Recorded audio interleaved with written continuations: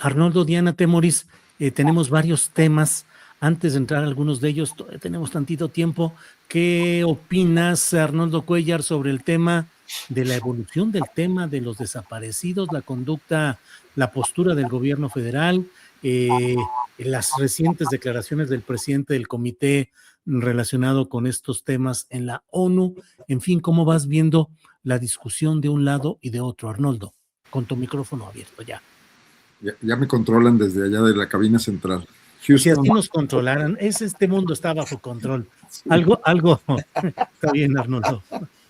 Pues yo soy de los que lamento profundamente la respuesta que se ha dado el gobierno mexicano y la presidenta, porque creo que si en el mundo hay personajes como Trump, como Putin, etcétera, que se han encargado de degradar al máximo a las instituciones internacionales y al marco jurídico, pues las naciones emergentes, las naciones que nos conviene que haya un orden internacional que valga lo mismo. Bueno, sí, sabemos que nunca fue así, pero el voto de una nación, de una potencia, que la de un país, pues, una potencia media o incluso un país menor, en tamaño, en población, en fuerza, no es sano desconfiar de las instituciones internacionales.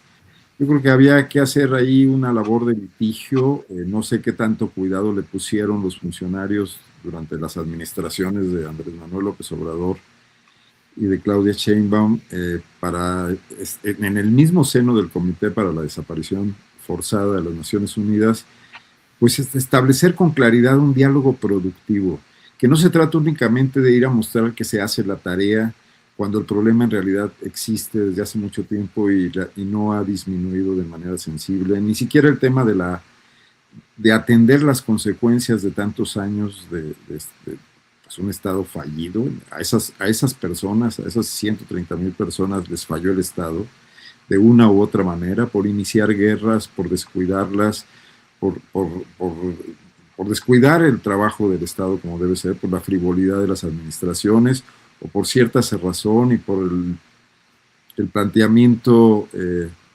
pues, ni siquiera creo que llega a ser ideológico, sino simplemente táctico de Andrés Manuel López Obrador, de establecer que con la llegada al poder de una fuerza política distinta, de Morena, de una izquierda, las cosas cambiaban nada más por ese solo hecho. En realidad las cosas hay que cambiarlas en el terreno, en el espacio público, y ahí no se avanzó mucho.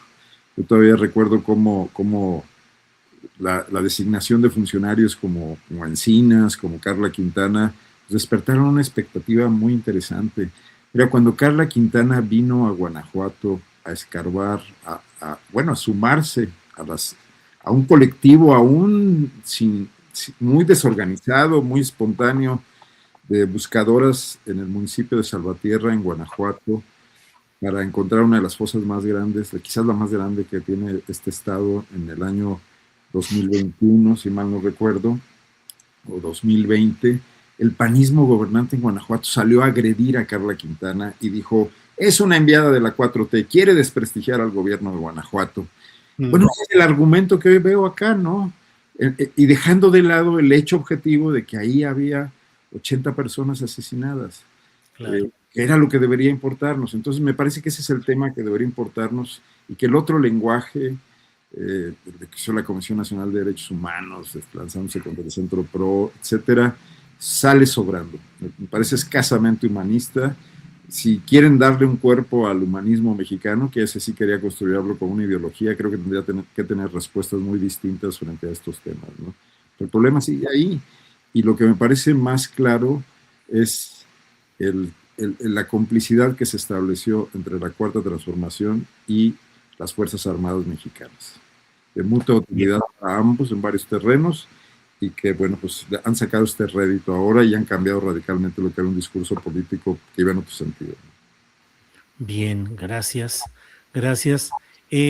Sobre estos temas, Diana, ¿qué opinas? ¿Qué tanto el tratamiento que dé la 4T a este tema de desaparecidos puede ayudar o ir en contra de propósitos de cumplimiento de compromisos de los gobiernos, particularmente el gobierno federal, y en momentos en los que la derecha y la ultraderecha están al acecho ¿Qué tanto estos temas pueden potenciar crecimientos de esas opciones opositoras?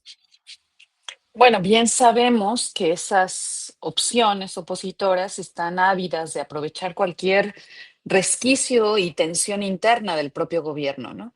Es decir, hay en esas oposiciones muy poco interés también por los desaparecidos. No veo cómo es que el propio PAN o el PRI o algunos de los que apuntan a ser futuros partidos pudieran con alguna solvencia moral hablar de que se reconozca esa compleja realidad de nuestro país cuando ellos han sido parte de los gobiernos en los que precisamente se desarrolló esa cruenta guerra y los efectos que esta contrajo y que entre otras cosas tienen que ver con esos miles y miles de desaparecidos desde hace tantos años. Entonces, bueno, creo que eso ya bien lo sabemos. Esa oposición no tiene solvencia moral para pararse frente a ese hecho. Lo cierto es que en nuestro país el tema de los desaparecidos sigue siendo una herida abierta, una herida que por más que se intenta presentar como ya suturada, como ya cicatrizada, es como esas cicatrices que dejan una marca muy grande, ¿no? Y que por más que las quieras ocultar, siguen siendo visibles.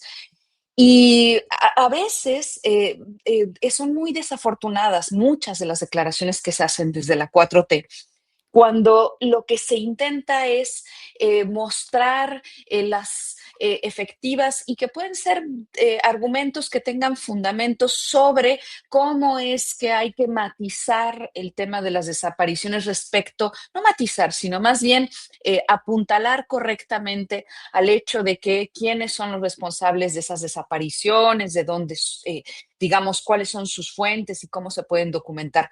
Pero son desafortunadas porque la función del Estado, la función de una estructura gubernamental es, entre muchas otras, garantizarnos la posibilidad a los ciudadanos de tener una vida pacífica. Esa es su función. Digamos que eso es lo que esperamos. Para eso tienen estructuras institucionales, digamos, como las policías o el ejército y las jurídicas y los marcos normativos, porque eso es lo que se espera. Y entonces, cuando de pronto escucha uno ciertas declaraciones de figuras muy notables dentro de la Cuarta Transformación, que inmediatamente responden como, no, no, no, pero nosotros desde 2018 han disminuido las cifras y nosotros lo estamos haciendo mejor y se han clasificado de manera equívoca. Y todo eso puede tener un fundamento que pueda ser demostrable, pero el modo en el que se presenta tiene que ser más congruente con su propia historia política, con una historia política que asume el hecho de que a pesar de que no sea su responsabilidad, hoy el que estén en la estructura gubernamental hace que sean ellos los que tengan que responder frente a eso. Y entonces, esa tensión, esa contradicción que se manifiesta y se hace evidente cuando vamos viendo que en ya 7 años de la Cuarta Transformación sigue habiendo enormes vacíos respecto no solo a la posibilidad de que se encuentre a esas miles de personas, ¿no? No importa si son 100 o 200 o 3,000 o 4,000, estamos hablando de vidas humanas, así como hablamos de vidas en Gaza, así como hablamos de vidas en Irán, así como hablamos de vidas, ¿no? que tuvieron que enfrentar al ejército norteamericano en Venezuela. Estamos hablando aquí de vidas humanas. Y entonces, no importa si la proporción es gigantesca, la que entonces sobre la cual el gobierno cree que debería responder, o es menor, se trata en cada caso de una historia de una persona a la que el Estado mexicano le adeuda necesariamente justicia. Entonces, esa contradicción, es cargar con esa contradicción, hace que se vuelva esto un espacio por el cual se cuelan la oposición necesariamente. La oposición ha vivido desde hace 7 años de las contradicciones de la propia Cuarta Transformación. Y creo que flaco favor hacemos desde la izquierda cuando empezamos a correr nuestro estándar moral, cuando empezamos a pensar que bueno, es que hay desaparecidos que no eran tan desaparecidos, que hay muertos que bueno, no sabemos cómo se llamaban. Es decir, todo ese asunto sobre el doble registro, sobre si se les puede dar seguimiento, eso es de competencia del gobierno, pero a la sociedad mexicana nos es imprescindible sostener la idea de que a esas familias se les debe hacer justicia, que esas son familias que están buscando, ¿no? Que ahí hay una ausencia que es irreparable y sobre la cual todos tenemos una responsabilidad, pero en primer orden el Estado. Cierro con una idea que recupero de ese hermoso serie documental de la fiscal dedicado a Sayuri Herrera, ¿no? Sayuri Herrera, en una de esas de entrevistas que le hacen en ese documental, ella tiene que enfrentar el hecho de que las mujeres que están demandando justicia por violencia sexual le dicen, le encaran, le toman la fiscalía y le dicen que ella es responsable por responderles. Y ella sabe que se trata de acontecimientos previos a el momento en el que ella tomó ese lugar, ¿no? Pero ella responde y dice, sé que eso sucedió antes de que yo llegara aquí, pero sé también que es a mí a quien le toca responder porque he decidido yo ocupar este espacio. Entonces es la 4T la que ha ocupado ese espacio, es a quien le toca responder, creo yo. Bien, Diana, gracias. Temoris Greco, sobre este tema, ¿cómo ves la evolución de la discusión, el debate y incluso los reposicionamientos que pueda haber en este tema y pues las consecuencias derivadas en términos políticos, ideológicos y electorales de la forma de tratar este asunto? Temoris. Pues yo empezaría por decir lo que dijo la compañera, porque estoy muy de acuerdo con lo que acaba de comentar Diana. Me parece, es que los principios no son como los de Groucho Marx, ¿no? Que si no te gustan, pues tengo otros. Hemos estado viendo un montón de veces cómo personas que estaban en una posición antes de que llegaran de la 4T, una posición de principios, de pronto ya los principios no le parecen tan importantes o ya los matizas o encuentras alguna manera de acomodarlos cuando es la 4T la que tiene el poder. Y al revés, como gente que con el prianismo jamás mostró un interés por los principios y de pronto ahora ya todo, la libertad de expresión, los derechos humanos, los desaparecidos ya ahora ya son muy importantes para ellos. Y pues a mí me parece que es fundamental la consistencia, por eso estamos en eso, en el periodismo, en la política, en la academia, donde estemos. Si no somos congruentes, entonces aquí estamos jugando, no seamos hipócritas.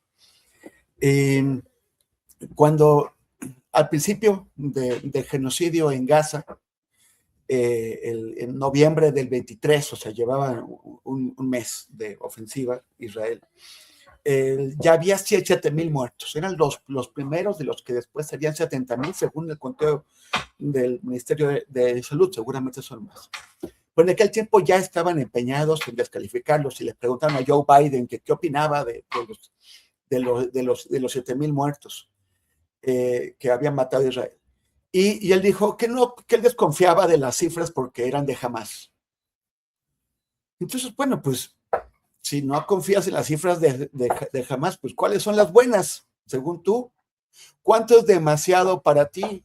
Si no te gustan 7,000, 5,000, ¿ya crees que es la buena? Y eso no es demasiado, 3,000. Y luego, cuando pasen más semanas y se acumulen, ¿cuándo vas a decir ya es suficiente? Ya es demasiado, ya lo vamos a parar. O sea, creo que es un error hacer el debate sobre las cifras, sobre el número correcto, sobre la interpretación a cierta clase de desaparición y a otras. Sí debemos tenerlo claro para una cuestión de revisión académica, de estadísticas, pero lo fundamental tiene que ser atender esta emergencia. Eso es lo fundamental. No podemos ponernos a jugar con números y después voltear a ver a las madres y decir, ay, perdón, ¿no? O sea, ¿estamos con ellas o no estamos con ellas? Entonces, yo creo que eso, o sea, que no se puede seguir repitiendo el error que ya cometió Andrés Manuel en varias ocasiones durante su mandato, de interpretar toda reivindicación social, toda demanda popular como un ataque. Cuando empezaron las mujeres con un activismo más fuerte, Andrés Manuel escogió por verlas como enemigas, cuando pudo haberse convertido en su estandarte, o el que cargar a su estandarte, de decir sí, vengan a Palacio Nacional a decirme lo que tengan que decir y vamos a entrarle al tema. Y así con otros temas. Claro. Ahora yo creo que Claudia tiene que hacerlo. No debatir con la ONU, no debatir por números. No, miren, vamos a poner manos a la obra. Y, por ejemplo, una cosa que podría hacer sería rescatar el Centro Nacional de Identificación Humana, que es fundamental para que eso se haga y que al final del sexenio pasado quedó medio desmantelado. O sea, creo que esa es una cosa que hay que empezar a hacer. O sea, Claudia puede tomar la bandera de las familias de los desaparecidos en lugar de ponerse a debatir cosas, debates que además ni se ganan ni se pierden. Los que están a favor van a creer y los que una cosa y los que están en contra van a querer otra cosa. O sea, no, yo no veo que nadie vaya a cambiar de opinión. Bien, Temoris, gracias.